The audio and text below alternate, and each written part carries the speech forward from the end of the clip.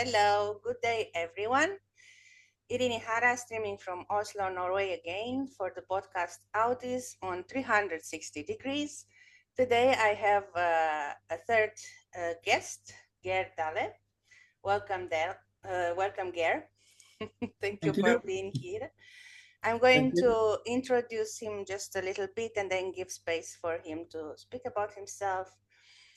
Geir has a background from university studies in social and political science in the 1990s and a deep dive into peace research and the field of conflict resolution.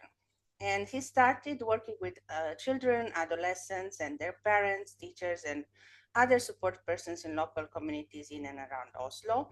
And then at a certain point realized that he needed more practical tools and methods to work directly with human contact and relationships. So she continued his professional training, becoming a psychotherapist. So since 2002, he has been practicing psychotherapy with a special focus on relationship dynamics, transformation of inner and outer conflicts, and trauma integration. He is grateful today that the training and practice he made as Gestalt therapist and IoPT trauma therapist had required from him to also go on his own therapeutical work. And today he knows that he can guide other people out of the maze of inter and intrapersonal conflict and trauma because he has done and experienced this work on himself and find a way to integrate his own personal trauma background and live in a more healthy way of life and relationship. So he's now able to support his own children, himself, and also other people. He is offering also an online course introducing the IoPT trauma work to parents who want to focus and work on their own trauma. The program is called My I and My Child, Transcending Transgenerational Trauma.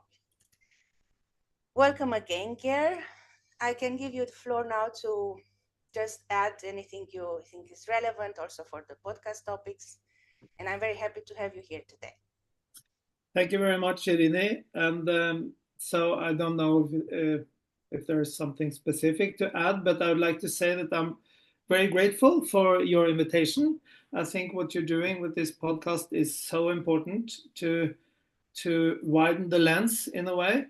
Um, when you are facing challenges with your children, to have what I call a holistic view of that we are human beings and we have human needs. And the most important is that we first and foremost attend to that. And when we do that over time, it tends to activate and, well, we can then use our self-healing resources and make a good life for ourselves and what's the best we have to give, we can give to our children. So I think that's so the podcast you're making, I think, can be a resource in that way, and that's fantastic. So congratulations on that. Thank you. You were mentioning this course that you are now promoting for parents to improve the relationship and the way they approach their own children. Is it available also for English speaking audience or is just for Norwegian? So at the moment, it's only in Norwegian, but my aim is to offer it also in English in the new year. Well, the beginning of 25, and so I've done one pilot, you could say, with this training or this program in Norwegian, and so this will be the second run, and then in Norwegian and hopefully also in English. Or hopefully, I say it sounds a little bit uncertain, but that's really what I'm planning to do it in English. But I haven't done this Yes. translating work yet. One of your educations in the psychotherapeutic field is deals with trauma therapy, and Yeah. as I already mentioned, and I know that since 4 or 5 years ago, with all the pandemic and the chaos we had, this trauma topic became very kind like a loaf of bread that is burning, and Mhm. many people speak a lot, and actually on many platforms, and even if you search on Google, one of the most researched words is trauma.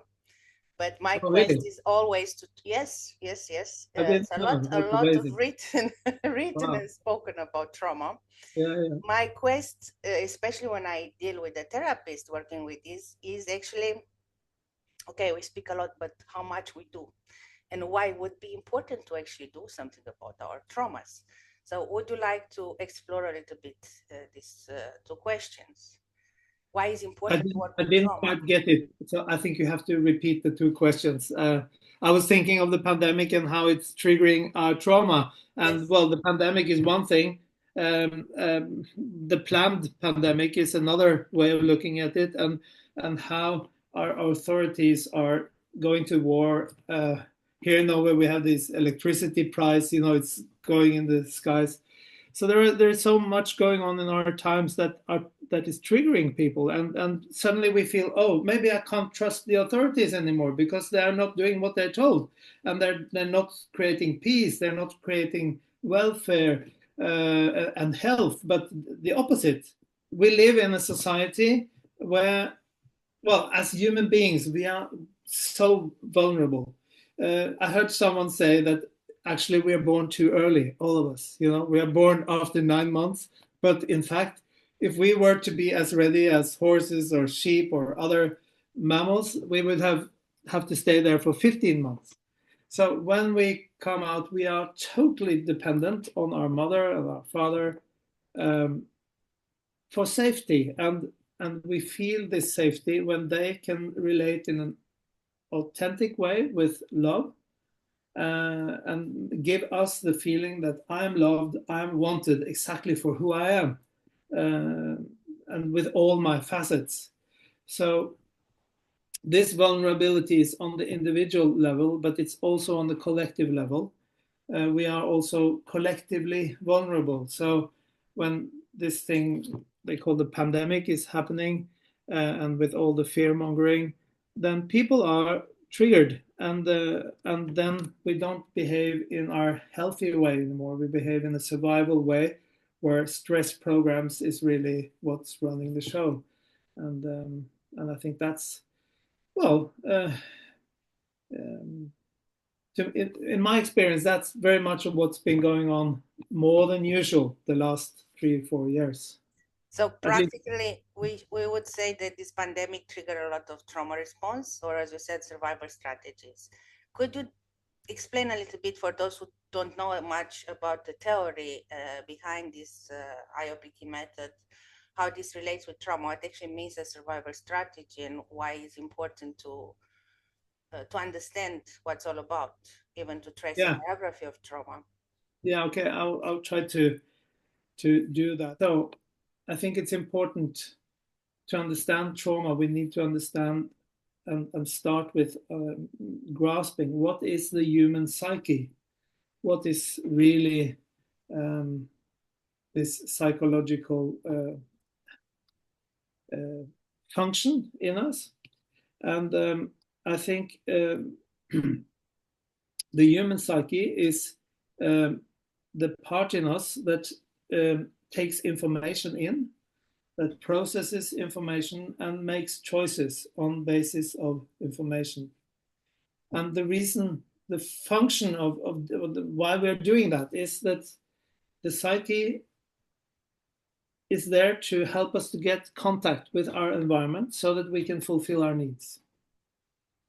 And then from the very beginning of human life, from conception on, after some days, 6 to 10 days, I've heard, the little child, the fertilized egg, connects with the body of the mother.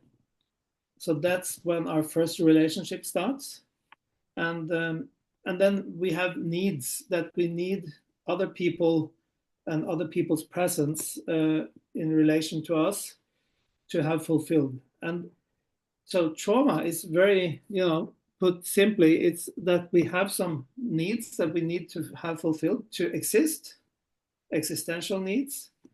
And if they are not fulfilled, our organism reacts by adapting to the situation so that we survive instead of going under. So it's a good thing that we have this capacity, that we can survive. Um, but we do it by suppressing the part in us that has this need and really wants it to be fulfilled. Oh, you know, I'm mobilizing all my energy to contact the environment so that my needs can be fulfilled.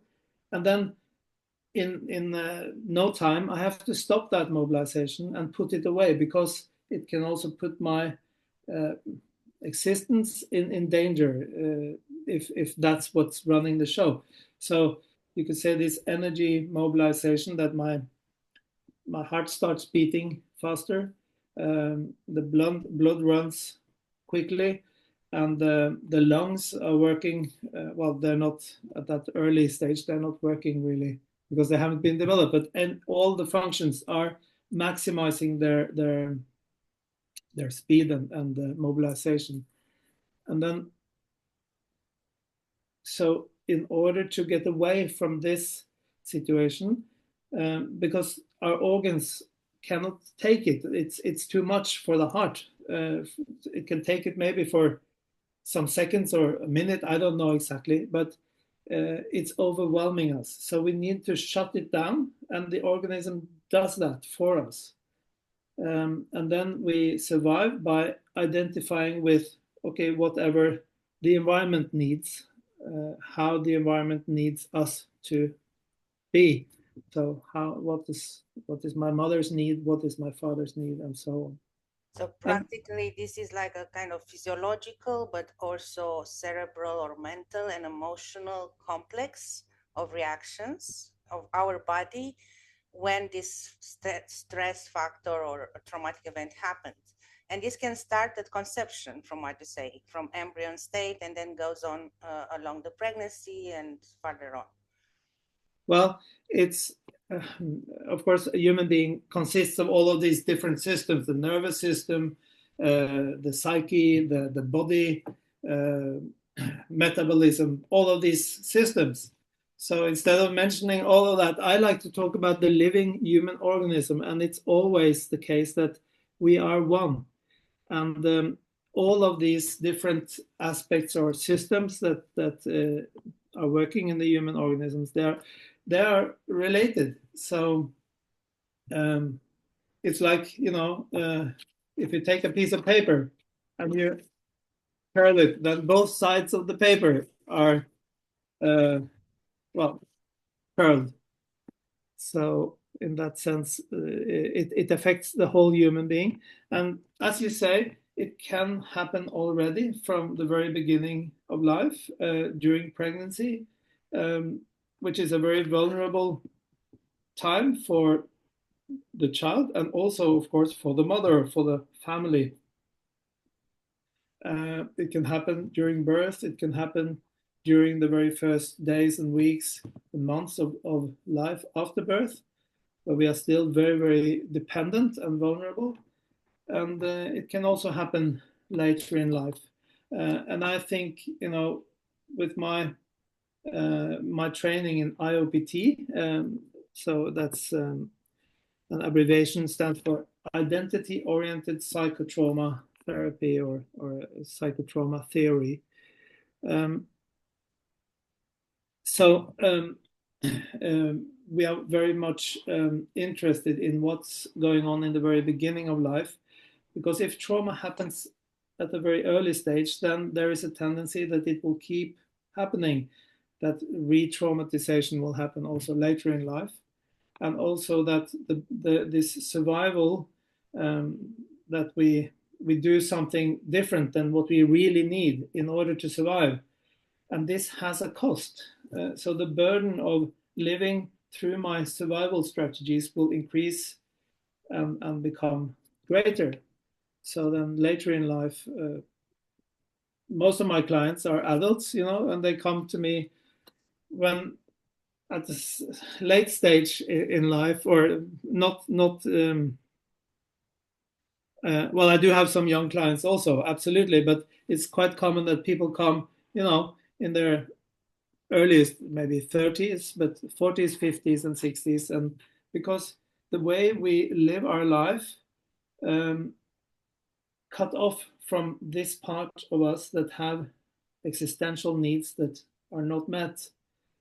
This way of living in survival mode causes stress, and it causes psychological and physical problems, we could say, like symptoms of different sorts, and also relationship problems, of course. This method has been created by Franz Rupert, who is a psychologist from Germany, more than 30 Absolutely. years ago, right? And he speaks Yes. about the theory or the model of psychotrauma as a split in fragments, and also about the biography. Would you like to detail a little bit the stages or the levels of this biography so people can understand what kind of Yeah. trauma we speak about when we speak about psychotrauma, and why actually is relevant also for upbringing and development as human beings? Yeah. So, as you say, German professor of psychology Franz Rupert has developed this theory, the IoPT theory, and you could say it's really a psychological theory of how trauma happens from the very beginning of life, and how trauma happens in the attachment process, in the attachment between parent and child, um, and also how, well, to understand this, how we can be traumatized during childhood in our attachment, due to our attachment needs. We need to have a safe attachment to our parents because we are so vulnerable. Yeah. So And if this need is not met, that is a primary need, it happens what is called trauma of identity, if I'm not wrong. yeah, yeah. So I lost my thread now. I wanted to say something about this. Sorry. No, no, it's all right. Uh, um, well, the theory, it's that trauma can happen in the attachment process, and of course, no human beings can live without attachment. We need that, so we are also very vulnerable when our parents are traumatized. They can't offer the kind of attachment that the child need. So that's the issue. And well, what I wanted to say is that this understanding this is also the key to understanding this concept of transgenerational trauma. That if my parents are traumatized, then I will also be traumatized. If my parents are traumatized, it's most likely because their parents were also traumatized. So the capacity to give the child what the child needs is what is deciding whether trauma can stop with me or whether I pass it on in a way. So that's also what I'm saying, that this topic of trauma, it's also a collective issue. We are collectively vulnerable to this phenomenon that we can get traumatized. And well, what you asked about the theory of Franz Rupert, um, he calls it the different categories of trauma. First of all, there is this difference between relational trauma that happens in relation to another human being, and trauma that happens due to a natural crisis, like well, Cataclysm or an event in nature, like a an disaster, event in nature or or something even that war. Yeah. it's not due to human um, Action. conduct. Yes. Yeah. So of course, when other humans are involved, it's a little bit more complicated for us as humans to understand. And when it's other humans that even intentionally do the things that cause trauma, then this is kind of confusing because we are the same. So why is this happening? It's not so easy to understand. And sometimes, in relationship between parents and children, traumatization can also happen, and of course that's very, very confusing for the child, and also to heal this is a confusing. Uh, it's about clearing also the confusion of who am I and what are my needs, because the child survives by identifying with the parents and trying to fulfill their needs, because that's what the situation demands in a way in order to survive. So the first trauma then is this identification. So Franz Rupert calls it the trauma of identity, that my own existence, because my existential needs are not met, my own existence is threatened. And the first existential need of a child that has been conceived is to be wanted.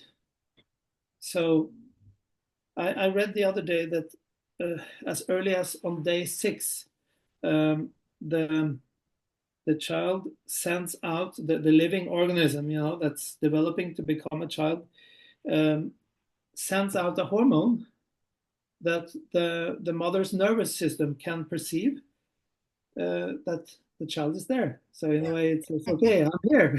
Exactly. It doesn't mean that the mother consciously knows that, but her body registers and her nervous system can sense that, perceive that. It's quite fascinating. So then the reaction from the living organism of the mother, from her, can be, wow, fantastic! This is exactly what I wanted. So it can be that you're wanted, but it can also be some complications, and that very often has to do with the traumatization of the mother, whether she is ready to carry this To be this a child. mother. Yes.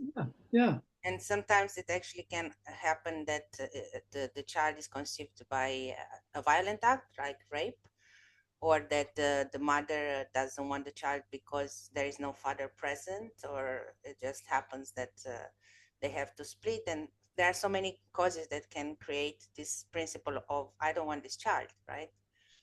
Absolutely, there are so many, very many different causes. Um, um, well, I read the other day, my daughter, my youngest daughter, she's 17, and they're discussing abortion in school. So I read an article about abortion here the other day, and all the technology that has been developed well, to find out what is this child that is being conceived. Is it going to be a boy or a girl? That's one thing. But does it have any faults, you could say? So that this technological possibility to sort out, I want exactly this kind of child. So this is really a recipe for identity trauma, because if the mother and father are going to pick the kind of child that they want, then they're not interested in the child as the child is.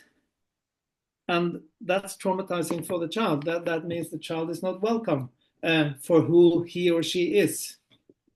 Yes, and So then you also have all these in vitro conceptions where practically first the embryo is made in a vial, in a glass vial, and then it's put inside the body of the mother that will carry the child and will go through pregnancy. Or sometimes there are these situations where there is a donor of sperm and you go to a bank and you don't even know that person. Sometimes you might know, otherwise other times no.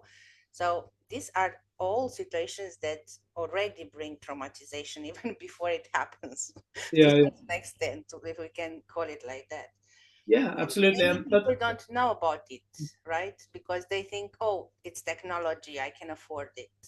well, we tend to think of human beings not as whole beings with a need to feel that my mother loves me for who I am, for exactly who I am, so that I can unfold it in safety.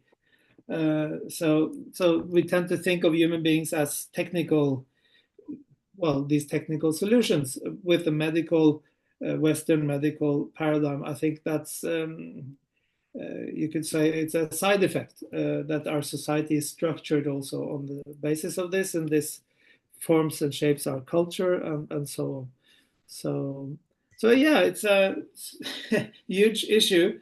And well, to continue explaining trauma and the theory of Franz Rupert, or this trauma biography, then the next question: if the child is um, not really wanted for who or he or she is, well, is the child then loved for who he or she is?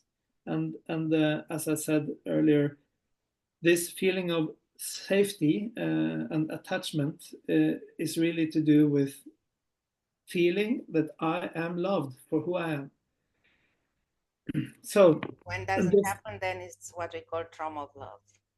then it's Overlaps called, on the other one of identity.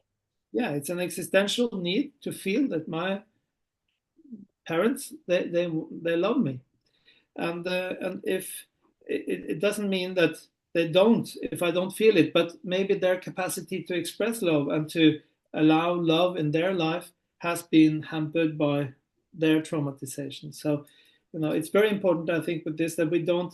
It's not about placing guilt or blaming anyone. It's about acknowledging our collective vulnerability as humans. That we well. We have it's really a huge what do you say in English,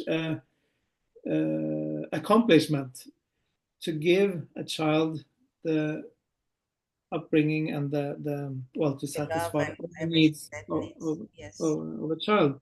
So it's very natural that it doesn't happen all the time, and it's what trauma work is about, is really opening our eyes and our perspective to see that and to take it seriously, and that something can actually also be done about it.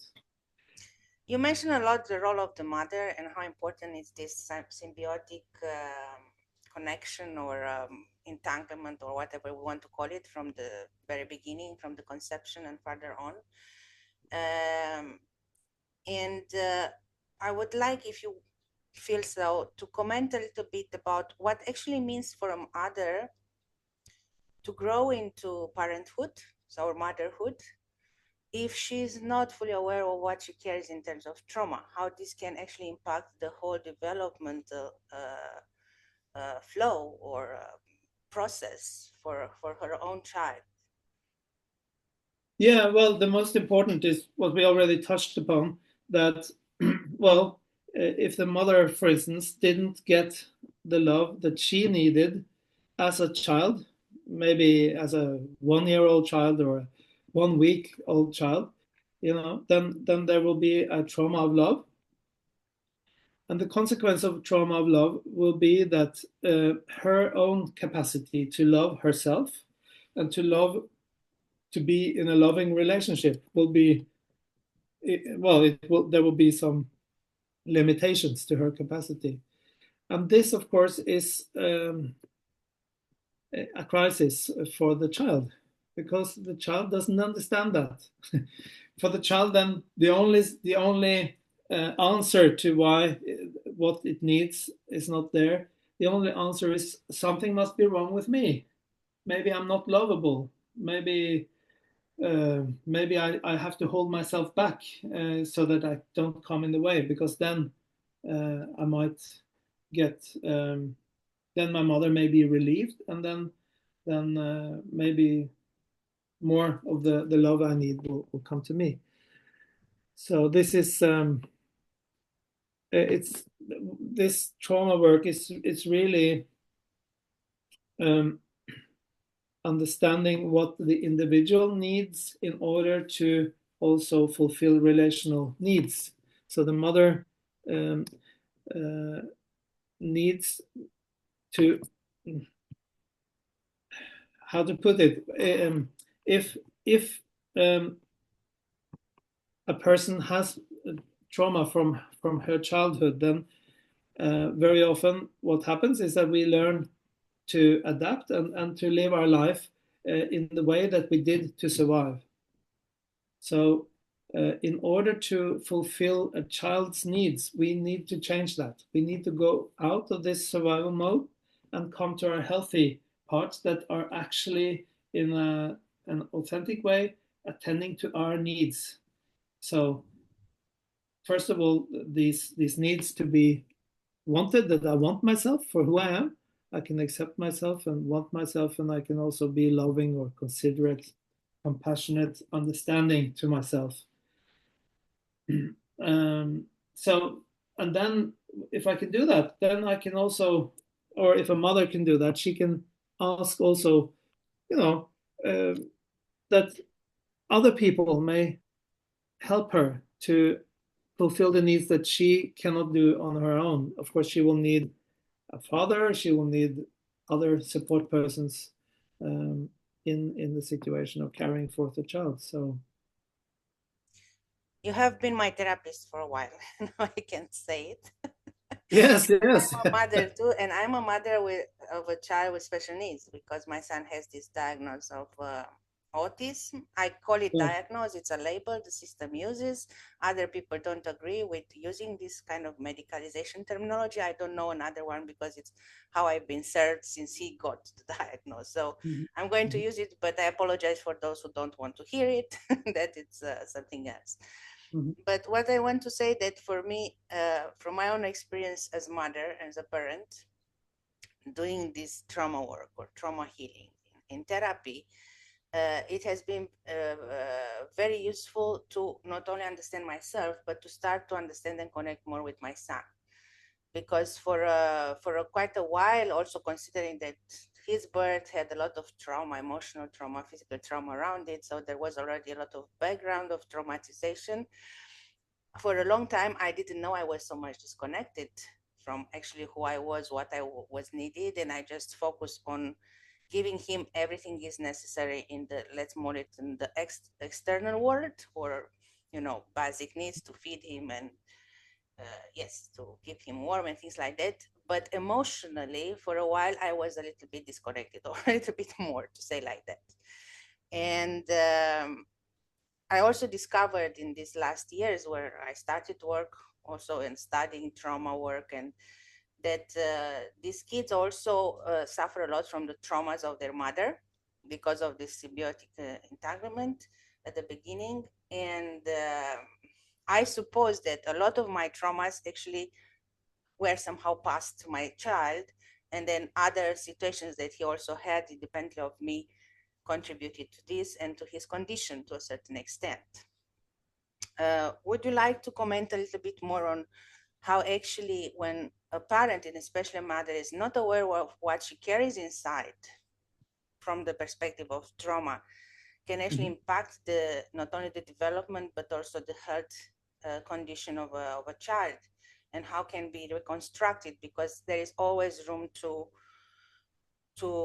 not to, how to say, not to might be fully recovered, but at least once we recover or bring back those fragments that have been in split due to trauma, then there is a process where actually we can reconstruct and model towards a better shape, to say it like that, the whole relationship environment for the child. Would you like to, from your experience, not only with me, but also maybe with other parents, to comment on this? You get, Yeah, you're all allowed to also speak about me. I don't mind. But well, I can also an talk about example. myself because I'm Yes. also a parent, and um, I think um, the reason why I offer this program to parents is well, I in my own life 10 years ago I divorced, and it was a very stressful time, and I felt really the most what gave me the most worries was this: how can I be a good father for my daughters, or how can I take care of them and give them what they need? This question was really a burning question for me, and um, I think at that time, what was very, very important for me was this IoPT process that I was doing for myself. I was in therapy at the time, and did trainings and participated in workshops with Franz Rupert in Munich, and that helped me a lot. So I have this experience, and I'm thinking that, okay, if it could help me, then I'm sure it can also help others. And the most important, I think, is to understand that this work, of course, it's very good to be motivated to help your child, but to heal your trauma is really to help yourself. It's really to come to your healthy I, um, and that's a place where you don't live as if life is threatened. So, which I call, survival mode. You do less of that and more well-being, more doing what makes you happy, what makes your heart sing. That's what you can do. And that's what our children need, that we are content and happy and can be with them in this joyful, or, it's not always joyful, it can also be other feelings, but that we can be there with our authentic feelings and connect, and not trying to fix or do this or that, focusing on external things that are actually disturbing the relationship and the contact and the close, the need for close contact that children have. So, and we as adults have also, of course. So it can be a very good thing for both parent and child, but it needs to start with the adult. I need to focus on me. And if I do it only in order to be a better parent, then I'm not sure if it's going to work, because you're already the best parent there is for your child. And this is about you contacting yourself so that you can feel good about yourself and your life.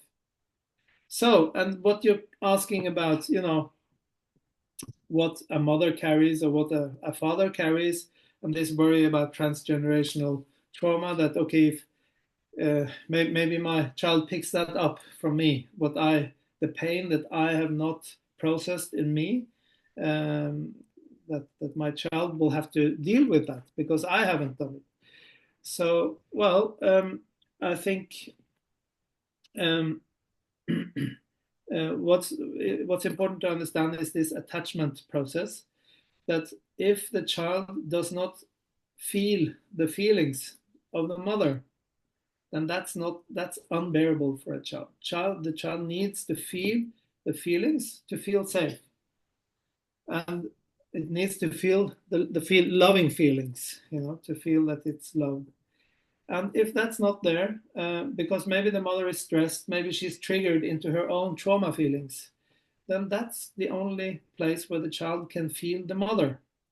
And this means that the child gets attached or contacts the mother into the mother's trauma feelings. So that's my mother in a way, and also takes that in his or her own psyche, in the identification. So this is, I'm not sure if I'm explaining this clearly enough, but it's as if the child, the child's identity is not safe, so the child leaves aside his or her own identity and identifies with the mother, because that's what's defining the situation, is the needs of the mother. If the mother is safe, then the child can be safe. So that's the logic, in this. So the child identifies with the mother.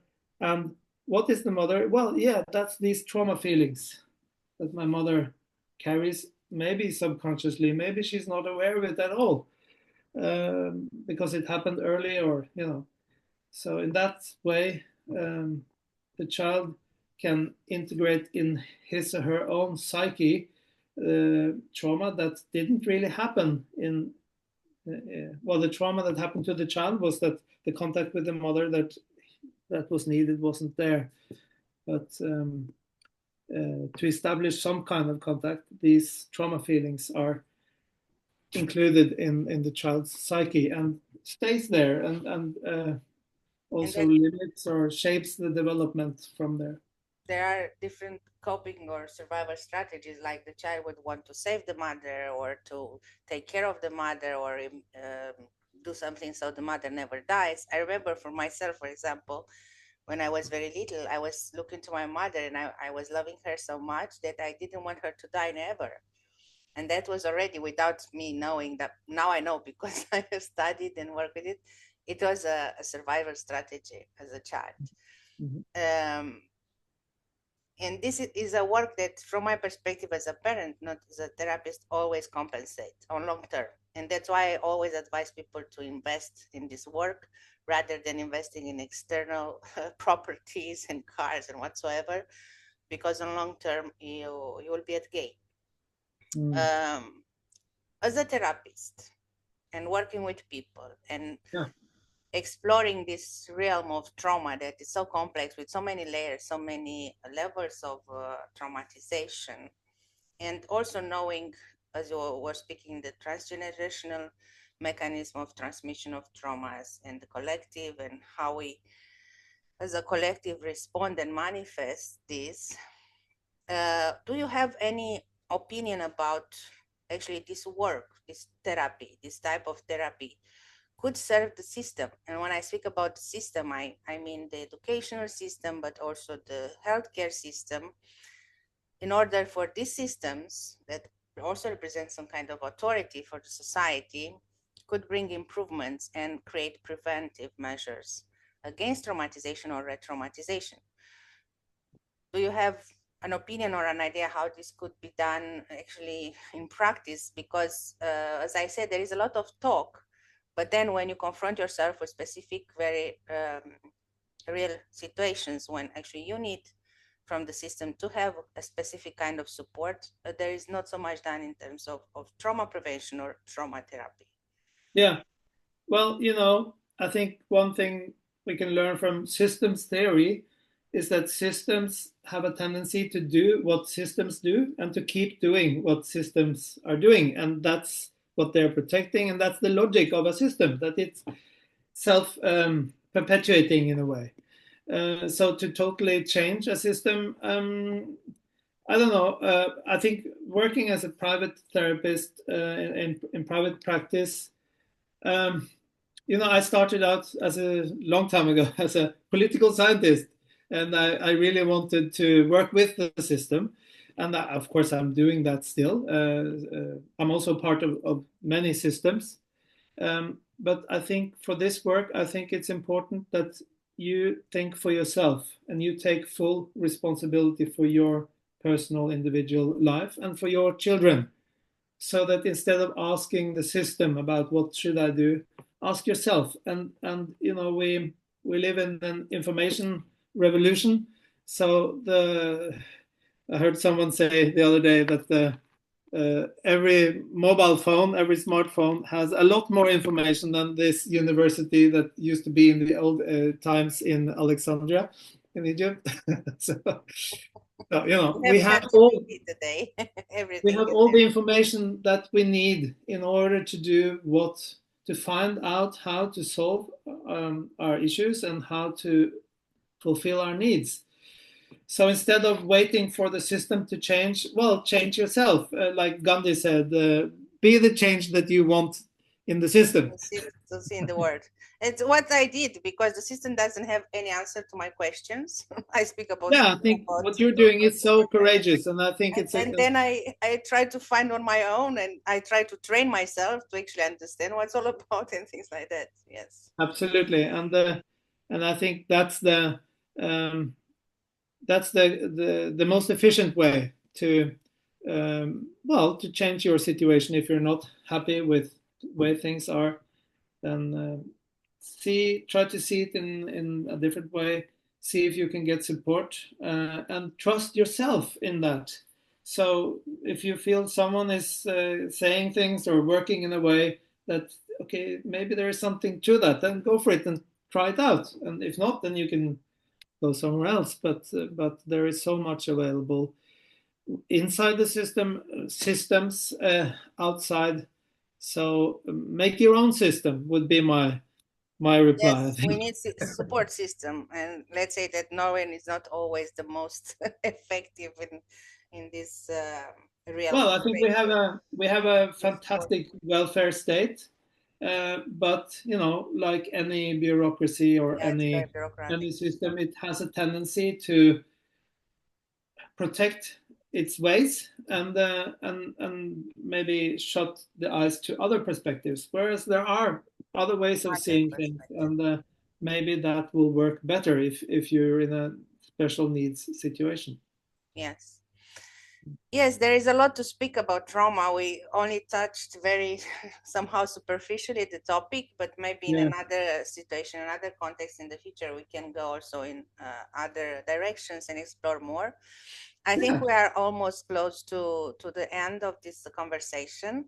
And Mm-hmm. there are many resources. I will make some of them that also Geir made available in the description of the interview once I upload it on YouTube. So there are many books, and there are also other type of resources that you can go and search for if you want to know more.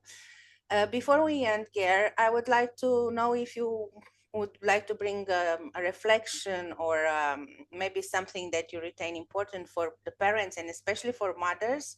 And in this case, for parents that have kids with special needs, because this is the focus of the podcast. And some of them, for example, we know they also might be nonverbal or non-speaking. And this is one method that I know that can help them too to show what they cannot express. So I actually invite those parents to look into it and know more. But you, as a Mm. therapist and specialist, would you have some advice or some reflection on anything that you retain important around this type of therapy? Mm. Yeah. Um, in general, what we've been talking about, I think what is important is take your own situation and your own understanding serious, and take steps to explore if it's possible to find the kind of support you need. What we didn't talk about in this conversation so far is this bringing the child also into therapy, and I brought this doll that I use when I work with children. So I just I wanted have to it show too. you. It's quite nice. It's Yeah, it's very very big. nice, It has and everything and inside. it has inside it all the survival, the standard uh, um, survival mechanisms. So this is fight, you could say, and here is Submit, I think. now Like this is submit. freeze. Ah, freeze. Okay. I don't I won't show you all, but okay. So this one is on the run. This little lady or little boy, I don't know, It's is the flight, the or flight. Yeah, the run running. away. So this, to use different ways of externalizing what we have inside so that we can see it, and we can reflect about it, and maybe we can play with it, and because of course this, to talk about trauma, it's so dangerous, and it triggers also our fear, of trauma. So, and that's real. So to do things in a light way, and not, you know um, make sure that you feel comfortable all the time with the steps that you take for yourself and for your child. So that's in the end always the most important, that you feel safe. And of course, working with trauma is also opening to something that's absolutely not comfortable, that is very frightening. And So quite then we, painful most of the cases because you go into yeah, something very deep and most of the times pain comes up. absolutely. In this trauma integration process, the trauma feelings will come up, and you will feel them. You will feel lonely, maybe afraid, maybe anger comes. These feelings that have been shut down will resurface. But then it's happening in a different situation with a different background of resources when you are there, um, because you chose to, and your intention is to meet these parts of yourself that you have lost contact with, in order to give them space, or give them room in your house, in yourself, in your identity. um, when that's the context, then this can also be healing, and and and then what happens then is that the need to be in this survival mode, because everything is so triggering all the time, that goes down, and you can live more well. It doesn't mean that life is never difficult, because it is difficult, but you can be present with your resources in a different way. So And we, so we tend, the trauma doesn't run your life, or it yes, doesn't exactly. We can push change you also like our it. own perspective about triggers and everything that's happening around. And we confront them with a different attitude too. Yes, exactly. So our attitude maybe changes from being the victim to being someone who Exactly. is responsible for everything, in fact, in Yeah. this life. And actually, I can reconfirm that this method works well with children. I tried with my son. I wanted to do 2 sessions, but at the end, he only wanted once, and I was amazed how easy it was for him to work his own intention. He drew the Yeah, intention. A gorilla was involved, but we have many gorillas already. fantastic. Yeah. And he worked for himself, and I got a lot of insights about his own survival strategy and what actually was in split, because I was one of the resonator. So I connected with one of the parts of the intention, and it really of course it was not easy task to do such. I think it's like going inside the body or the psyche of your own child, and feel what is there and see what is there is never easy, because you see things that you don't want to see, or you see things that you pretend you don't see or you like it, no, they are not important, to leave it for another Mhm. time. But then when you Yeah. work with it, you say, no, no, actually this is serious, this is important for my son. And I really recommend this kind of work also for children. Of course, he started when he was already a little bit grown up, but as I said, you can work with nonverbal kids, and you can work since, I don't know, maybe even then 3, 4, or 5, 6 years, maybe. I'm not sure the age. Some people say it starts with seven, I think eight. it's very individual. Yes, but I think it's like if the child is receptive, and if the parent has this opening to try the method, it can work in many different cases. I agree, and well, I had a mother in therapy who brought her, I think, 2 or 3 months old son, and it was also for me a very very touching experience. So what I experienced was really that when the mother could express her feelings of loneliness, fear, isolation, then suddenly the child wanted to breastfeed, which it didn't want before. So these connections between the mother and child, we can't maybe see them with our eyes, but they are there. So when something happens with the parent, then it opens up possibilities also for the child. So that's, I think, Exactly. an important thing. Mm. Yes, I think we are going to close now. Thank you so much, Geir. It's been really an interesting conversation, and I hope it brings also more curiosity and questions from the parents that would like to know more about themselves first, and then, of course, in relation with their children and how to become a better parent, more connected also. As I said, I will make available the interview on the podcast on YouTube with some resources that Gerd also offered, and his own short biography.